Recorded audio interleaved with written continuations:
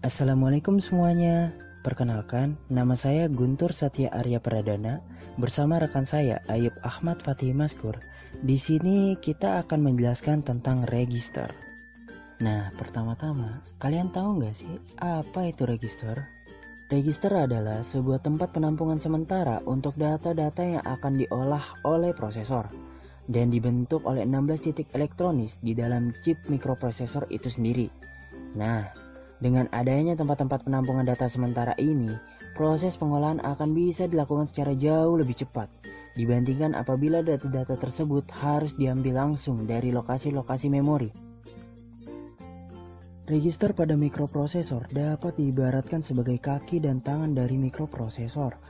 Karena dalam setiap pekerjaan, mikroprosesor selalu mengandalkan dan melibatkan register sebagai perantara dan sebagai komponen yang paling banyak melakukan pekerjaan mikroprosesor. Jenis-jenis register. Yang pertama ada General Purpose Register.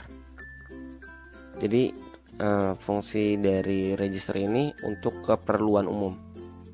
Dan General Purpose Register itu terdiri dari pertama register AX atau Accumulator Register.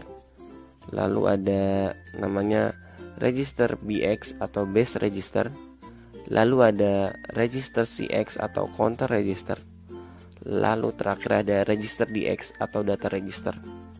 Kita akan membahas register AX. Jadi register AX yang ini berfungsi untuk menyimpan sementara hasil suatu operasi aritmatika atau logika. Nah, jadi intinya logika ini ketika si register melakukan operasi aritmatika atau operasi logika, data akan disimpan sementara pada register AX. Nah, jadi logika yang bisa disimpan itu ada 4 jenis. Yang pertama logika IL atau AL, lalu ada AH atau AH, terus ada EX atau AX, dan terakhir ada EAX atau EX. Jadi bagaimana sih urutannya si register AX ini atau accumulator register itu menyimpan? Pertama itu memasukkan nomor layanan interupsi untuk keperluan pemesanan sebuah layan interupsi. Nah, itu terjadi di register AH. Lalu menyimpan bilangan yang dikalikan register AL, AX, dan EAX, dan setengah bagian terkecil dari hasil perkalian register DXAX dan EDXEAX.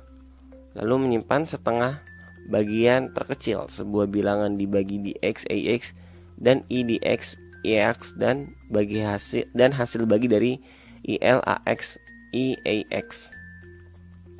Lalu ada register BX atau base register.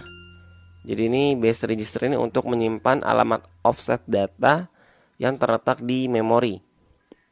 Memorinya apa saja? Ada memori BL, memori BH, ada memori BX, dan memori EBX. Lalu yang ketiga ada register CX atau counter register. Jadi counter register ini sebagai register yang serbaguna. Dia itu bisa berfungsi sebagai pencacah atau counter untuk operasi loop, lalu untuk operasi shift dan rotate, dan terakhir itu untuk operasi string. Nah, yang keempat ada namanya register DX atau data register. Data register ini termasuk sebagai register yang serbaguna. Kenapa demikian? Karena si register DX ini bisa menyimpan hasil perkalian 16 bit dan 32 bit, lalu menyimpan hasil pembagian, dan bisa juga menyimpan data heksadesimal atau kode ASCII seperti itu. Oke, kalau tadi yang pertama ada General Purpose Register yang terdiri dari 4 register, lalu yang kedua ada namanya Pointer Register. Jadi Pointer Register ini berguna untuk menunjukkan alamat sebuah data di lokasi memori. Dari namanya saja sudah pointer berarti penunjuk. Nah, register pointer sendiri ini dipakai saat operasi perpindahan data dari memori atau ke memori. Lalu untuk operasi stack, mau push ataupun pop, dan penunjukan alamat suatu instruksi. Jadi ketika kita melakukan sebuah coding, nah data-data itu akan disimpan. Kayak misalkan kita membuat suatu nilai variabel. Nah, variabel itu akan disimpan. Dan makanya ketika kita menampilkan, kalau dalam bahasa C itu ada namanya tanda N, yang salah satu tanda pointer seperti itu. Lalu ada macam-macam pointer register. Pertama ada yang namanya stack pointer dan ISP. Lalu ada base pointer dan instruction pointer. Seperti itu.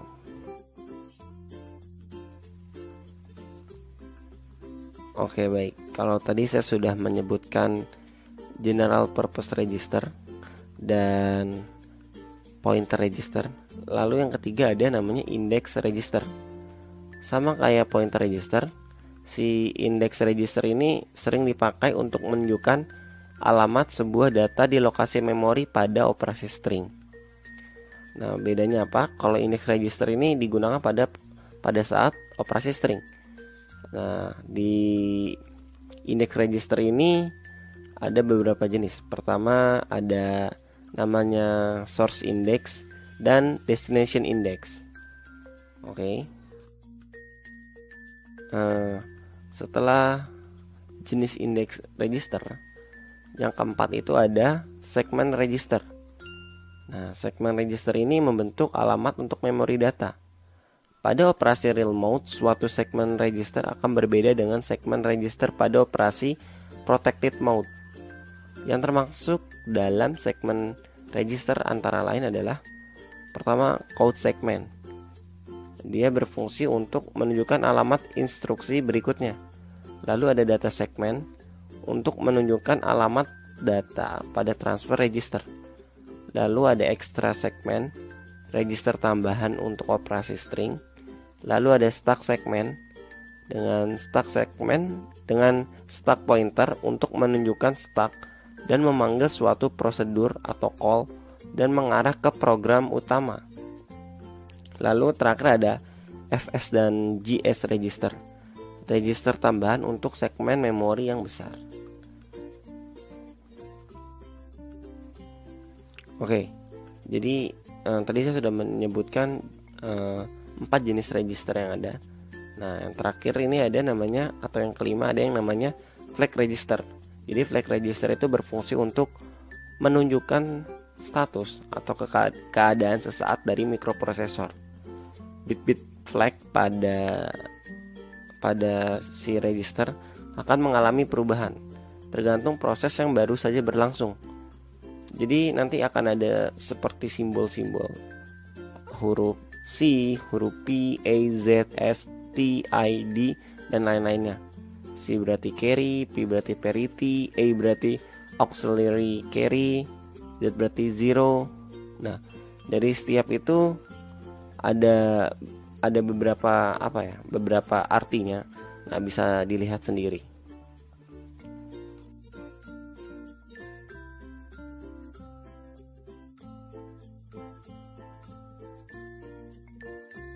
Register-register dari CPU. Yang pertama ada program counter atau PC, yaitu register yang berfungsi untuk menelusuri sejauh mana program sudah dieksekusi. Lalu ada memory address register atau MAR, berfungsi sebagai pointer yang menunjuk ke lokasi memori yang akan diakses, baik untuk ditulis maupun untuk dibaca. Lalu ada memory buffer register atau MBR, yaitu pintu gerbang untuk data keluar atau masuk dari atau ke memori. Selanjutnya ada instructor register atau IR, berfungsi untuk menyimpan perintah yang harus dikerjakan. Lalu ada akumulator atau ACC, yaitu tempat penyimpanan hasil sementara. Lalu ada stack pointer atau SP, merupakan suatu register yang berfungsi untuk menunjuk puncak dari stack. Lalu ada index register atau IX, yaitu register yang dikhususkan untuk pengalamatan indeks. Selanjutnya ada status register yang berfungsi untuk menyatakan status dari CPU. Lalu ada general purpose register, yaitu register serbaguna yang dapat digunakan user untuk menyimpan data atau alamat. Prinsip kerja register: satu atau beberapa flip-flop yang digabung untuk menyimpan dan mengolah informasi dalam bentuk biner. Register paling sederhana hanya terdiri dari satu flip-flop saja, yang berarti hanya dapat menyimpan atau mengolah data yang terdiri dari satu bit saja, yaitu 0 atau 1. Dengan demikian, untuk mengolah data yang terdiri dari 4 bit, diperlukan 4 buah flip-flop. Register geser adalah suatu register yang dibangun dari untaian flip-flop D, di mana informasi dapat bergeser atau digeserkan. Dalam register geser, masing-masing flip-flop saling dikoneksikan, sehingga isinya dapat digeser-geserkan dari satu flip-flop ke flip-flop yang lain, ke kiri atau ke kanan, atas perintah clock yang diberikan. Register geser digolongkan dalam sirkuit logika sekuensi yang terdiri dari gabungan beberapa flip-flop. Kegunaan register geser yaitu 1. Penimbun sementara atau temporary memory atau temporary storage. Lalu yang kedua, menggeser data ke kiri atau ke kanan. Lalu yang ketiga, mengubah data yang berjajar menjadi berderet atau mengubah data yang berderet menjadi berjajar. Ukuran register. Tabel berikut berisi ukuran register dan padanan prosesornya. Register dengan 4 bit yaitu dengan prosesor Intel 4004, sedangkan 8 bit dengan Intel 8080. Lalu ada 16 bit dengan Intel 8086, Intel 8088 dan Intel 80286. Lalu ada 32 bit dengan Intel 80386, Intel 80486, Intel Pentium Pro dan seterusnya. Lalu ada 64 bit dengan Intel Itanium, Intel Itanium 2, Intel Xeon, Intel Core dan seterusnya.